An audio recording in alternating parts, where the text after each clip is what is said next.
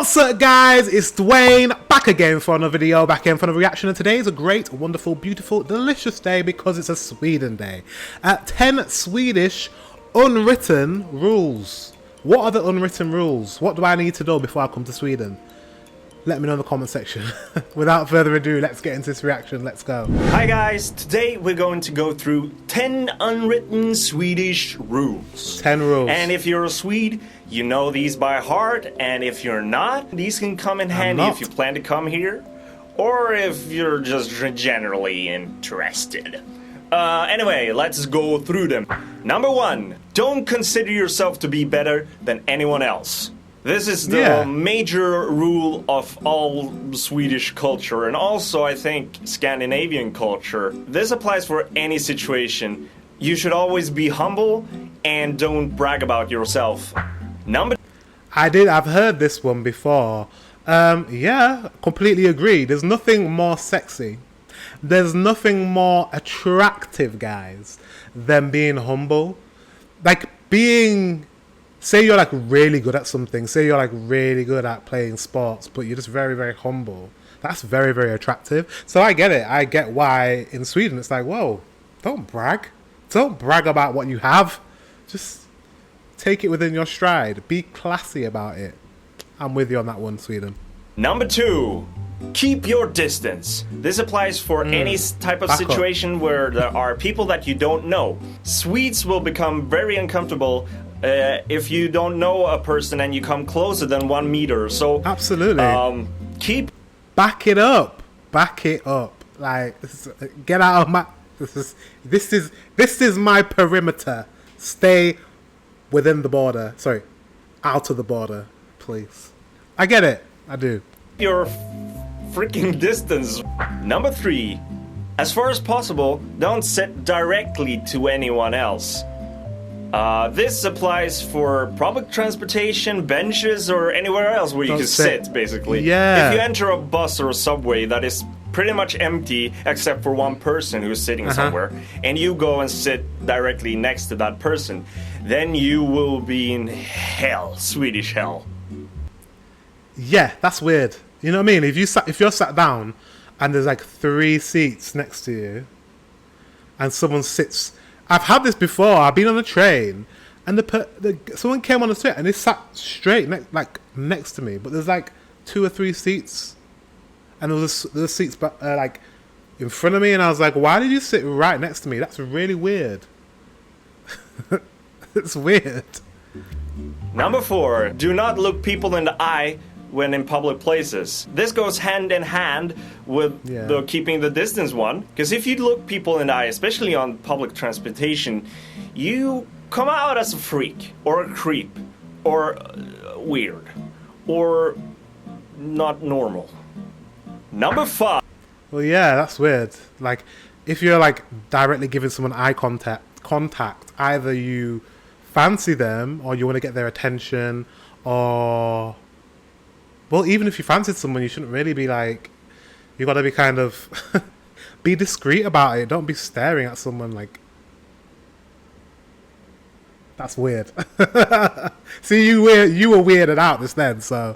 5. Let everyone leave the bus / subway / anything else before you enter. This is not practiced by all the people here in this country. But if you do, you look like a shite. Number 6. Wait, what? Speak. Let me hear that one again. Did I get that wrong? Enter. Let everyone leave the bus subway before you enter. This is not... Oh, okay. So you have to be... Yeah. Practiced by all the people here in this country. But if you do, you look like a shite. Yeah, Number 6, do not speak loudly in public places, especially when you're on the phone. If you're on the subway and really need to take the phone call, then speak very, very quietly, because otherwise people will think you're weird. Yeah, don't shout when you're on public transport. Just don't. It's inconsiderate of other passengers. Everyone's trying to go where they want to go. I want to listen to my music. I don't want to hear you shouting in the background. Even if my headphones have noise cancellation, I still don't want to hear you. Spooky. Number 7. When you're meeting someone, first time, handshake. Second time, hug. The hug also applies for when you're leaving the person for the first time, because then you basically know the person. This law. Wow, guys, I'm Swedish. Okay, I'm not Swedish, but I have so much in common. That is literally my rule. So if I meet someone for the first time I meet that person, I'm going to give them a handshake because I don't know them. After I know them or I spent time with them and I enjoyed my time with them, as long as they're just not, you know, as long as I didn't hate the time with them. If I enjoyed the time with them, I'm probably going to give you a hug to say goodbye. And then the second time I meet them, I'll probably give them a hug again because we've established we know each other and it's okay to do that. I thought that was just me. That's just kind of an unwritten rule. I just feel like that's etiquette. This law can be a problem if you're meeting someone that you don't know if you've met them before or not. Then it could become like a handshake, hug thingy. Yeah, it's awkward. But that's the rule. That. Some guys tend to always do the handshake and you always hug the girls, but I tend to try to hug the guys as well. Kind of makes me look like a creep sometimes. But hey, I am. That's not creepy. That's not creepy. If they're your friend, there's nothing wrong with hugging a guy friend if he's your friend. Like, it shouldn't make you look like a creep.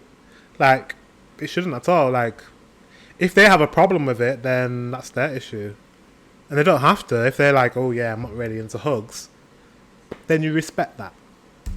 Number 8. Cues are religious to Swedish people. And if British you try to cut in line, then you will be the greatest piece of shit that I've ever walked on this tiny earth. The problem, though, is that the Swedes will not tell you that you've done wrong. They will just stare at you madly and then go home and tell their partner. Number 9. So you're polite about it, but you know, it's just frowned upon. Do not stand on the left side of the escalators. The left line is for walking up the escalator. You should always stand on the right side. And if you're with someone, then they should stand above you or below you, and then you can turn around and speak to them. They should never stand directly next to you. People will get angry, yeah. And fine. He's definitely from Stockholm. Yeah, the way he speaks, like, it sounds like someone from London. He sounds like someone from London, and I'm guessing he's from the capital as well, because the rule of standing on the left, standing on the right, that normally applies to cities, especially in London. It's definitely that as well. So, whereas where I'm from in the UK, we don't really care about escalators. You can stand on the left, you can stand on the right. It doesn't really matter. Finally, number 10. Stay fucking silent at the cinemas. Alright, people, that was 10 Swedish unwritten rules. That one there, I'm adamant that needs to be that. I'm sorry. If I go to the cinema and I'm spending X amount of money on a movie, especially if it's Marvel, if it's the release date of a Marvel movie,